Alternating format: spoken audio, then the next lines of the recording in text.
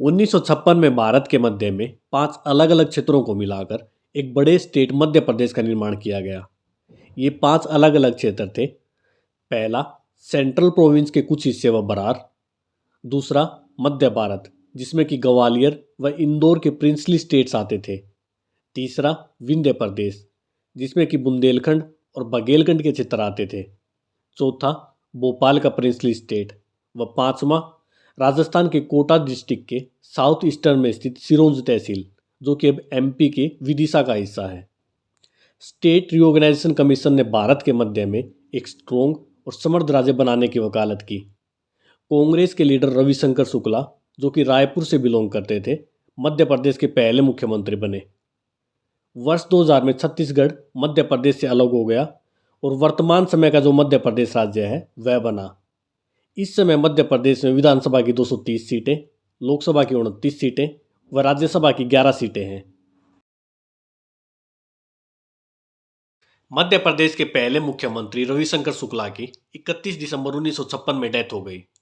वो 1957 में होने वाले असेंबली इलेक्शन से पहले कांग्रेस की सेंट्रल लीडरशिप से मिलने दिल्ली आए हुए थे और कांग्रेस की सेंट्रल लीडरशिप ने उन्हें कहा था कि उन्हें इस बार टिकट नहीं मिलेगा। उस समय के प्रधानमंत्री जवाहरलाल नेहरू रविशंकर शुक्ला के 6 बेटों में से 4 बेटों की पॉलिटिकल एक्टिविटीज से काफी नाराज थे।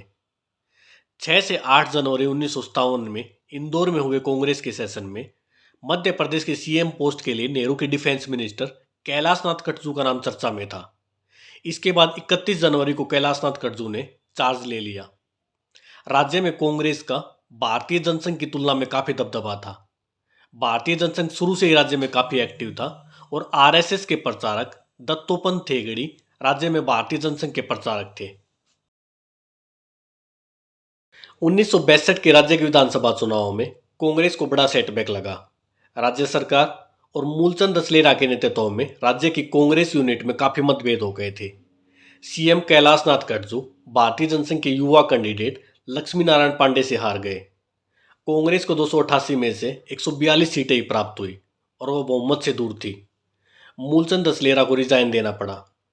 हालांकि कैलाशनाथ काटजू के लिए किसी अन्य एमएलए ने सीट खाली कर उन्हें फिर से विधानसभा में जाने का मौका दिया, लेकिन उन्हें इस बार सीएम पोस्ट नहीं मिली।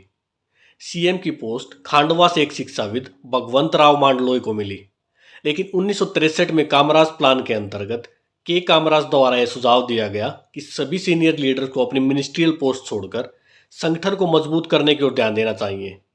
इसलिए सीएम भगवंत राव मांडलोई को भी मुख्यमंत्री पद से इस्तीफा देने के लिए कहा गया।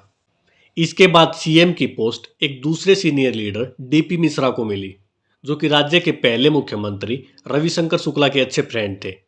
DP Mishra IFS officer Brajesh Mishra के फादर थे, जिन्होंने कि बाद में वाजपेयी सरकार में काफी इंपॉर्टेंट रोल निभाया था। आने वाले सालों में डीपी मिश्रा, जिन्होंने कि मतभेदों के चलते कांग्रेस छोड़ दी थी, अब इंदिरा गांधी के काफी नजदीक आ चुके थे। इंदिरा गांधी 1966 में देश की प्रधानमंत्री बनी और डीपी मिश्रा उन लोगों में शामिल थे जिन्होंने इंदिरा गांधी को कांग्रेस के पुराने नेताओं से लड़कर प्रधानमंत्री बनने में मदद की। उस समय भारतीय जनसंघ काफी मजबूत हो रहा था तथा कुछ सोशलिस्ट एवं ग्वालियर के विजयराजे सिंधिया, जिसके कि डीपी मिश्रा से काफी मतभेद थे, ने भारतीय जनसंघ को ज्वाइन कर लिया। 1967 के विधानसभा चुनावों में कांग्रेस अपोजिशन वेव से बच गई। इसी समय 12 से भी ज्यादा राज्यों में नॉन कांग्रेस गवर्नमेंट बनी, लेकिन मध्य प्रदेश में भारतीय जनसंघ 296 में से केवल 78 सीटें ही जीत पाया। 1967 में भी डीपी मिश्रा ही सीएम के पद पर बने रहे, लेकिन 1967 के चुनाव के 4 महीने बाद ही मध्य प्रदेश में कांग्रेस में विभाजन हो गया। गोविंद नारायण सिंह, जिन्हें कि डीपी मिश्रा की मिनिस्ट्री से बाहर किया गया था, ने अपने साथ कुछ एमएलए को लेकर कांग्रेस को तोड़ दिया और संयुक्ता विधायक दल बनाकर राज्य में सरकार का निर्माण किया और मुख्यमंत्री बने। गोविंद नारायण सिंह की यह सरकार मध्य प्रदेश की पहली नॉन कांग्रेस गवर्नमेंट थी, लेकिन गोविंद नारायण सिंह की यह सरकार 2 साल भी नहीं चल सकी। इसके बाद छत्तीसगढ़ रीजन के एक ट्राइबल नेता नरेश चंद्र सिंह राज्य के मुख्यमंत्री बने। राज्य के पहले ट्राइबल मुख्यमंत्री 2 सप्ताह भी शासन नहीं कर सके और श्याम शरण शुक्ला, जो कि राज्य के पहले मुख्यमंत्री रविशंकर शुक्ला के बेटे थे, मुख्यमंत्री के पद की ओर आंख जमाए बैठे थे। संयुक्ता विधायक दल के अनेक एमएलए जो कि गोविंद नारायण सिंह के साथ कांग्रेस छोड़कर गए थे, वे वापस कांग्रेस में आने की सोच रहे थे और इस प्रकार कांग्रेस एक बार फिर से सत्ता में आती है और श्याम शरण शुक्ला राज्य के मुख्यमंत्री बनते हैं। उसके बाद 1972 के विधानसभा चुनाव के बाद इंदिरा गांधी ने श्याम शरण शुक्ला की जगह प्रकाश चंद्रा सेठी को मुख्यमंत्री पद के लिए चुना। उसी समय दिल्ली में संजय गांधी काफी पावरफुल होते जा रहे थे। प्रकाश चंद्रा सेठी के संजय गांधी के साथ ज़्यादा अच्छे रिलेशन नहीं थे और जून 1975 में इमरजेंसी लगाए जाने के कुछ महीने बाद सेठी को हटाकर श्याम शरण शुक्ला को सीएम बना दिया गया। इसी प्रकार यूपी में भी सेम यही हुआ और वहाँ एच.एन. बहुगुणा को हटाकर एन.डी. तिवारी को मुख्यमंत्री बना दिया गया। उसके बाद इमरजेंसी के समाप्त होने के बाद राज्य में हुए विधानसभा चुनाव में कांग्रेस को 320 में से सिर्फ 84 सीटें ही प्राप्त हुई। राज्य में जनता पार्टी की सरकार बनी, लेकिन जनता पार्टी का भी वही हाल हुआ जो एक दशक पहले संयुक्ता विधायक दल का हुआ था। 3 साल से भी कम समय में 3 मुख्यमंत्री बदले गए, कैलाश चंद्र जोशी, वीरेंद्र कुमार सकलेचा व सुंदरलाल पटवा। उसके बाद जनवरी 1980 में जब इंदिरा गांधी फिर से प्राइम मिनिस्टर बनी तो राज्य में जनता पार्टी की सरकार को डिसमिस कर दिया गया। 1980 के विधानसभा चुनाव में कांग्रेस ने 320 में से 246 सीटें जीती। भारतीय जनसंघ ने अपने आप को भारतीय जनता पार्टी के रूप में स्थापित किया और उन्हें 60 सीटें मिली। संजय गांधी की डेथ के बाद राजीव गांधी पॉलिटिक्स में काफ़ी एक्टिव हो गए थे और इंदिरा व राजीव ने सिद्धि डिस्ट्रिक्ट से चूरहट के एमएलए अर्जुन सिंह को मुख्यमंत्री चुना। 1980 से 1989 तक राज्य में 5 कांग्रेस की गवर्नमेंट बनी, जिनमें अर्जुन सिंह व मोतीलाल वोरा दोनों 2-2 बार मुख्यमंत्री बने व एक बार श्याम शरण शुक्ला मुख्यमंत्री बने। श्याम शरण शुक्ला तीसरी बार मुख्यमंत्री बने थे। अर्जुन सिंह व मोतीलाल वोरा दोनों अपनी मृत्यु तक सेंट्रल पॉलिटिक्स में एक्टिव रहे। अर्जुन सिंह कांग्रेस के सबसे सेकुलर चेहरों में से एक थे और वो मनमोहन सिंह सरकार में एचआरडी मिनिस्टर भी रहे। एजुकेशन इंस्टीट्यूशंस में 27% ओबीसी कोटा लागू करने में भी इनका मेन रोल था। 1990 में राज्य में फिर से विधानसभा चुनाव हुए। इन चुनावों में बीजेपी को ऐतिहासिक विजय प्राप्त हुई और उन्होंने 320 में से 220 सीटें जीती। बीजेपी से सुंदरलाल पटवा मुख्यमंत्री बने। इसी समय बीजेपी ने उत्तर प्रदेश, राजस्थान और हिमाचल प्रदेश में भी सरकार बनाई। लेकिन 6 दिसंबर 1992 को जब अयोध्या में बाबरी मस्जिद डिमोलिश हुई, तब उस टाइम प्राइम मिनिस्टर रहे पीवी नरसिम्हा राव ने इन चारों राज्यों में बीजेपी सरकारों को डिसमिस कर दिया। 1993 में हुए चुनाव में बीजेपी सिर्फ 117 सीटों पर ही सीमित हो गई। उस समय अर्जुन सिंह केंद्र में पीवी नरसिम्हा राव सरकार में मंत्री थे और मोतीलाल वोरा यूपी के गवर्नर थे, तो मुख्यमंत्री का पद दिग्विजय सिंह को मिला। दिग्विजय सिंह 2003 तक पूरे 2 टर्म मध्य प्रदेश के मुख्यमंत्री रहे। 2003 तक अर्जुन सिंह कांग्रेस छोड़ चुके थे और वाजपेयी सरकार मध्य प्रदेश को 2 भागों में डिवाइड कर चुकी थी। लेकिन जब दिग्विजय सिंह सरकार के 2 टर्म पूरे हुए, तब तक राज्य में उनकी इमेज पूरी तरह से खराब हो चुकी थी। 2003 में बीजेपी ने राज्य में दिग्विजय सिंह की अनपॉपुलैरिटी का पूरा फायदा उठाया।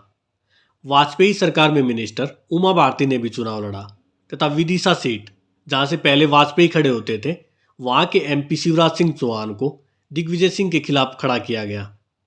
बीजेपी ने उस चुनाव में 230 सीटों में से 173 सीटें जीती, जबकि कांग्रेस 38 सीटों पर सीमित हो गई। हालांकि दिग्विजय सिंह अपनी सीट जीतने में कामयाब रहे। उमा भारती, जो कि राम जन्मभूमि मूवमेंट के समय काफ़ी चर्चा में आई थी, वह राज्य की मुख्यमंत्री बनी। लेकिन अगस्त 2004 में एक पुराने केस के कारण उमा भारती को मुख्यमंत्री का पद छोड़ना पड़ा। बीजेपी की सेंट्रल लीडरशिप चाहती थी कि शिवराज सिंह चौहान मुख्यमंत्री बने, लेकिन उमा भारती केवल बाबूलाल गौर को सीएम बनाने पर ही राजी हुई। 1 साल तक बीजेपी में इस बात पर विवाद चलता रहा और अंत में बाबूलाल गौर को इस्तीफा देना पड़ा और शिवराज सिंह चौहान ने मुख्यमंत्री के पद की शपथ ली। उमा भारती इससे बहुत नाराज हुई और अगले 1 दशक में वो 2 बार पार्टी से निकाली गई और वापस ली गई। 2018 के काफ़ी नज़दीकी मुकाबले में कांग्रेस को 114 सीटें और बीजेपी को 109 सीटें प्राप्त हुई। राज्य में कमलनाथ के नेतृत्व में सरकार बनी, लेकिन 1 साल बाद ही कांग्रेस के ज्योतिराव सिंधिया ने कांग्रेस को छोड़कर बीजेपी ज्वाइन कर ली। इससे कमलनाथ की सरकार गिर गई और मार्च 2020 में शिवराज सिंह चौहान एक बार फिर से राज्य के मुख्यमंत्री बने। अभी 2023 के राज्य के विधानसभा चुनाव में कांग्रेस के कमलनाथ व दिग्विजय सिंह, जो कि अपने आप को शोले के जय और वीरू बुलाते हैं, वे राज्य में शिवराज सिंह चौहान की बीजेपी के खिलाफ एक हाई स्टेक बैटल में लगे हुए थे। कांग्रेस को उम्मीद थी कि वो 2023 के विधानसभा चुनाव में अच्छा प्रदर्शन करेगी, जो कि उसके लिए 2024 के लोकसभा चुनावों में एक पॉजिटिव काम करेगा। लेकिन ऐसा नहीं हुआ और कांग्रेस को राज्य में एक शर्मनाक हार का सामना करना पड़ा। बीजेपी ने राज्य में एक बार फिर से सरकार बनाई और लगभग 2/3 सीटें प्राप्त की। बीजेपी को 163 सीटें और कांग्रेस को सिर्फ 66 सीटें ही प्राप्त हुई। बीजेपी ने राज्य में इस बार एक नए चेहरे मोहन सिंह यादव को मुख्यमंत्री के पद के लिए चुना। अब देखना यह होगा कि अब आगे आने वाले समय में कमलनाथ, दिग्विजय सिंह और शिवराज सिंह चौहान का पॉलिटिकल फ्यूचर क्या होगा।